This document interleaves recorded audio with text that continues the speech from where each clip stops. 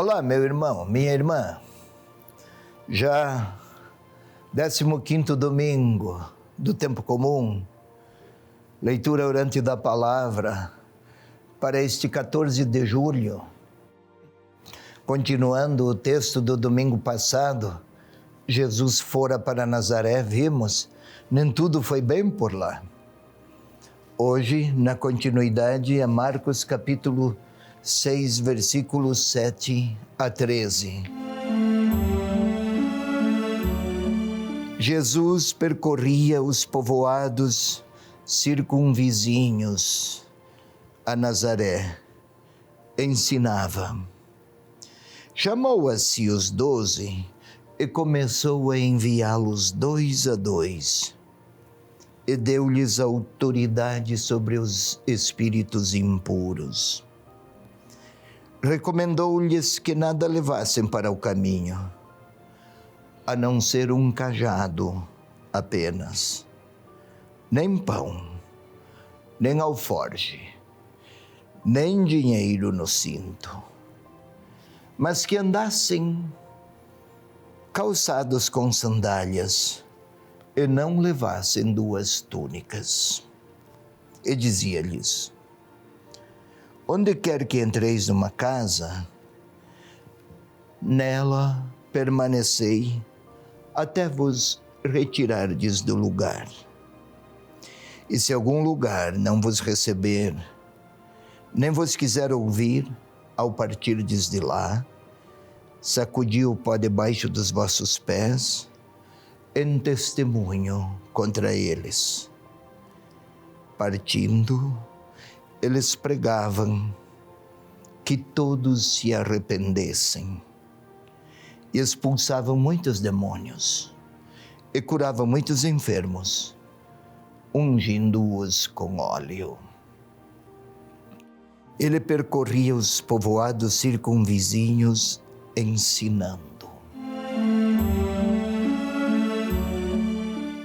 A primeira imagem que aflora a nossa mente é que Jesus sai de uma vila, segue para mais uma, entra em uma terceira e assim vai. E era isso mesmo. Mas é importante termos bem presente que Jesus, ou que ele percorria os povoados, aquele tal de ele. No início do Evangelho, Marcos se referia a ele como o Filho de Deus. Evangelho de Jesus Cristo, Filho de Deus. É assim que está lá, capítulo 1, versículo 1, bem ao início. O leitor, então, sempre que encontrar no texto referências a Jesus, a ele, tem bem presente, é o Filho de Deus. O Filho de Deus percorria os povoados circunvizinhos ensinando. O Filho de Deus não é apenas um andante, um passeador ou passante. É o Filho de Deus que está à procura dos seus. Está à procura daqueles que Deus quer encontrar. Está em busca. Não quer perdê-los. Deseja comunhão com eles. Mas o horizonte era extenso, as multidões numerosas, as vilas em grande sequência, sozinho, humanamente impossível e impensável. Por um lado. Por outro, o evangelista está a preparar o leitor para ler lá no final: ide por todo o mundo e levai o evangelho a todos.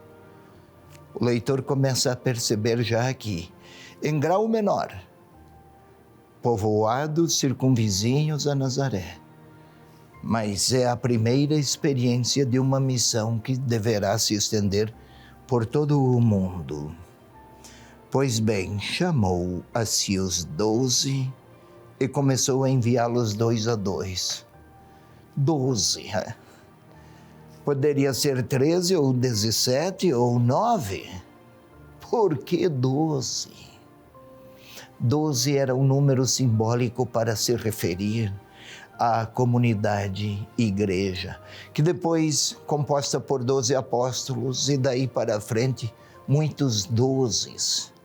12 tribos no Antigo Testamento, 12 apóstolos no Novo, a identidade de um povo. Chamou todos os membros daquele povo, simbolicamente 12.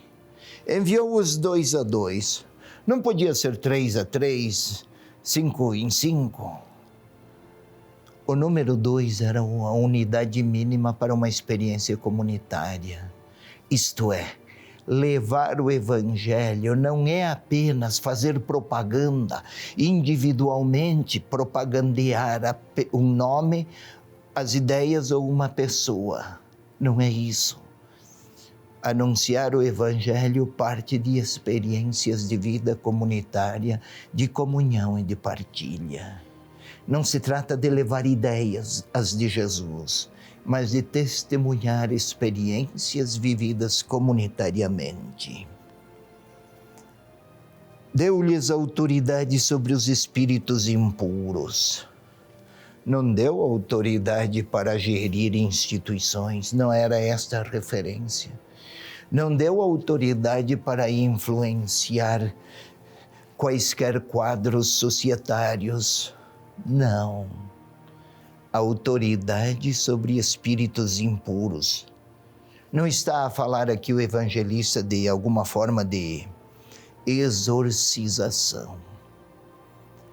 Espíritos impuros, para os padrões, para o conceito da época, os conceitos do tempo.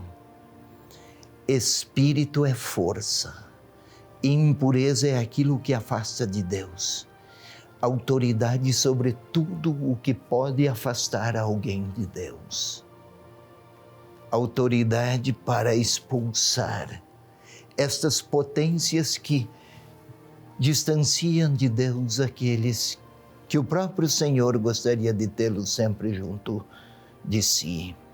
Só essa autoridade, não é outra, nem para influências de quaisquer outros tipos. É para aproximar Deus do seu povo e o povo de seu Deus. Não levem pelo caminho a não ser um cajado apenas, cajado, uma espécie de bastão. Era considerado o bastão, no Evangelho de Mateus e de Lucas, era considerado o bastão a arma do pobre. Em Lucas e Mateus. Aqui no caso de Marcos, o bastão faz lembrar.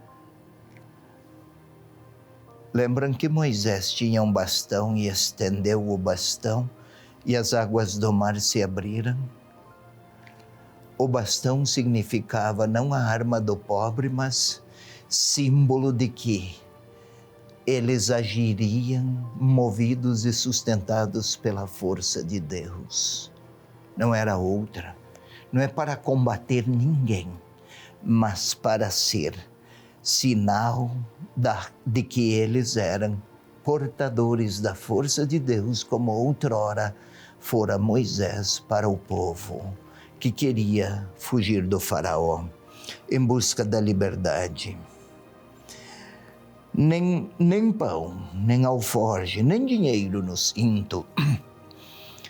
Dinheiro no cinto, aqui foi traduzido assim, mas era um pequeno metal, o modo como o evangelista escreveu, um pequeno metal através do qual se faziam as pequenas moedinhas. Não levem nem moedinhas.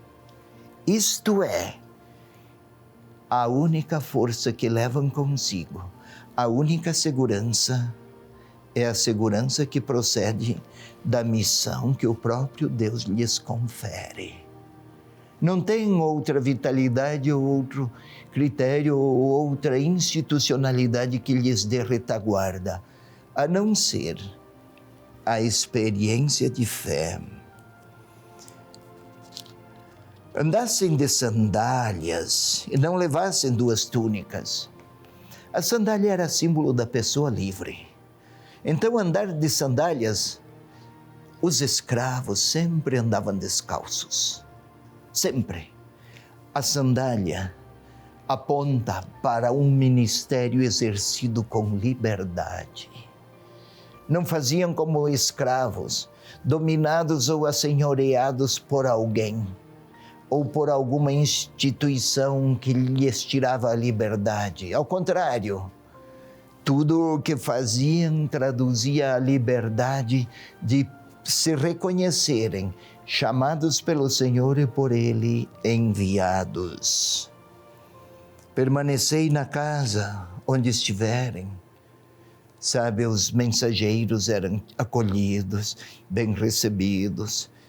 Quando eram bem recebidos. Se bem recebidos, outros também ofereciam casas melhores e tudo com muitas lisonjas. Não busquem esse tipo de glória. Fica lá na casa dos que acolhem por primeiro, porque são humildes. E eles partiram, pregavam para que se arrependessem. Expulsavam muitos demônios, curavam muitos enfermos. Acho que vale a pena aqui chamar a atenção para o termo enfermo. Palavra latina daí, infirmare. Infirmare. O enfermo é aquele que não consegue ficar firme, fragilizado. Faltam-lhe as energias. Não consegue caminhar. Se não consegue caminhar, não tem rumos para a vida. Não tem autonomia, não pode ser livre. E se fizer escolhas, não pode assumir nem cumprir. Então, a cura que eles levavam não era um milagre através do outro, era recolocar na dignidade que Deus sempre sonhou para cada um daqueles a quem Ele enviou os seus profetas.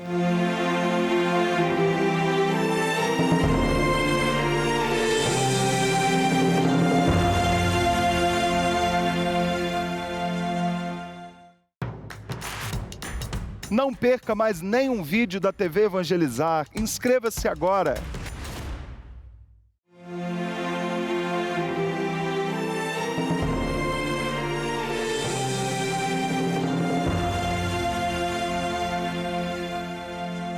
Vamos lá, meu irmão, minha irmã, agora para a segunda parte desse nosso programa, o 15º, domingo, 14 de julho. Como já lembrado antes, é Marcos capítulo 6, versículos 7 a 13.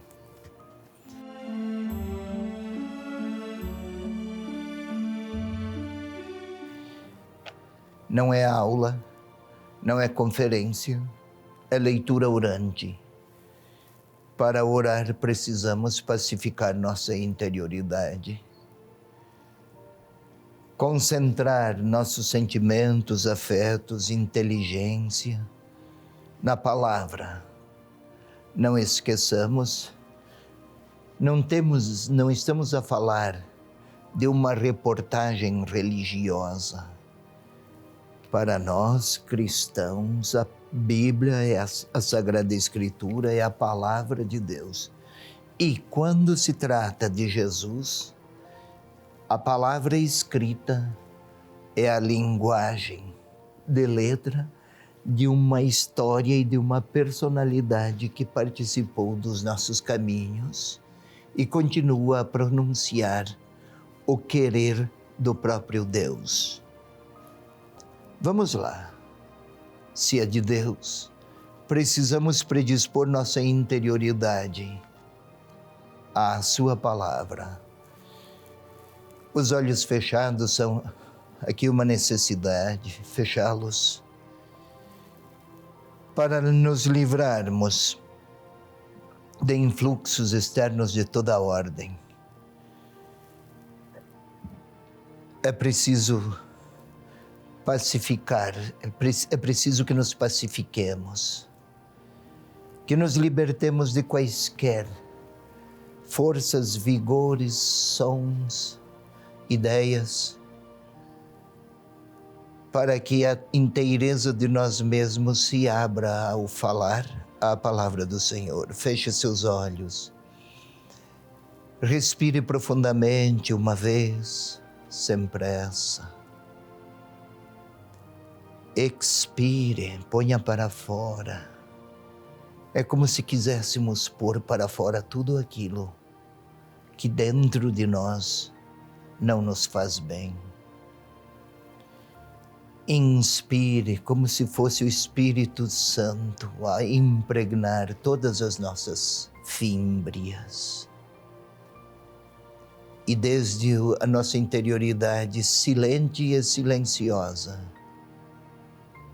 vamos pedir que o Espírito Santo venha ocupar os espaços de nós mesmos. Que nossa inteligência, nossos afetos, nosso discernimento, nossa capacidade de sabedoria, que tudo receba o vigor e a influência que desde o alto, desde Deus, parte para encontrar espaço em nós mesmos. E vamos pedir juntos. Vinde, Espírito Santo, enchei os corações dos vossos fiéis, acendei neles a chama do vosso amor. Enviai, Senhor, o vosso Espírito, e tudo será criado, e renovareis a face da terra. Meu irmão, minha irmã, agora vamos entrar no texto, isso mesmo, mergulhar naqueles espaços e imagens que a palavra, que o evangelista, ao escrever, oferece ao seu leitor. Tente imaginar Jesus a percorrer povoados, região antiga, pequenas casas, muitas delas em pedra, muitas delas eram grutas, outras eram muito rústicas. Um agrupamento aqui, outro ali, outro acolá. Foi explicado, era o Filho de Deus que estava a percorrer. Tente imaginar o Senhor e o seu grupo de seguidores a entrar na vila, pessoas a sair pelas portas. Era brilhante o espírito de hospitalidade da cultura do tempo. Talvez um cumprimento aqui, uma oferta de água lá, região muito, muito quente. Talvez uma árvore na qual se sentem, ou em cuja sombra se sentem. E aí está o Senhor a reunir um, outro, dois, mais dois, outros dois. E está a dizer-lhes, pelo caminho, apenas um bastão, símbolo na cultura religiosa do tempo, recordando Moisés, da força de Deus que os acompanha. E ele está a recomendar-lhes, nem pão, nem dinheiro no cinto, nenhuma segurança. Aprendam a abandonar-se às mãos providentes de Deus. Quem quer ser evangelizador, o próprio Senhor talvez lhes explique, mais do que fazer discursos, é convocado a despojar-se de tudo para que a única força que o sustente seja o vigor do próprio Senhor Deus. Porém, ressalva, usem sandálias, símbolo da liberdade. Não levem duas túnicas. A túnica era símbolo da personalidade. Não tenham personalidades dúplices. Sejam transparentes. E eis o Senhor a lhes recomendar: vão desarmados de tudo, somente com a palavra, somente com as boas notícias da parte de Deus. Quando entrarem em uma cidade, permaneça na casa que os acolher por primeiro, sem pretensões, sem exigências, sem prerrogativas, nada, somente a palavra. Podemos até olhar Jesus a lhes falar e até dizer: partam para aqui, vocês dois, para lá, outros dois. Comecem, vão. Deus tem pressa que o seu evangelho chegue.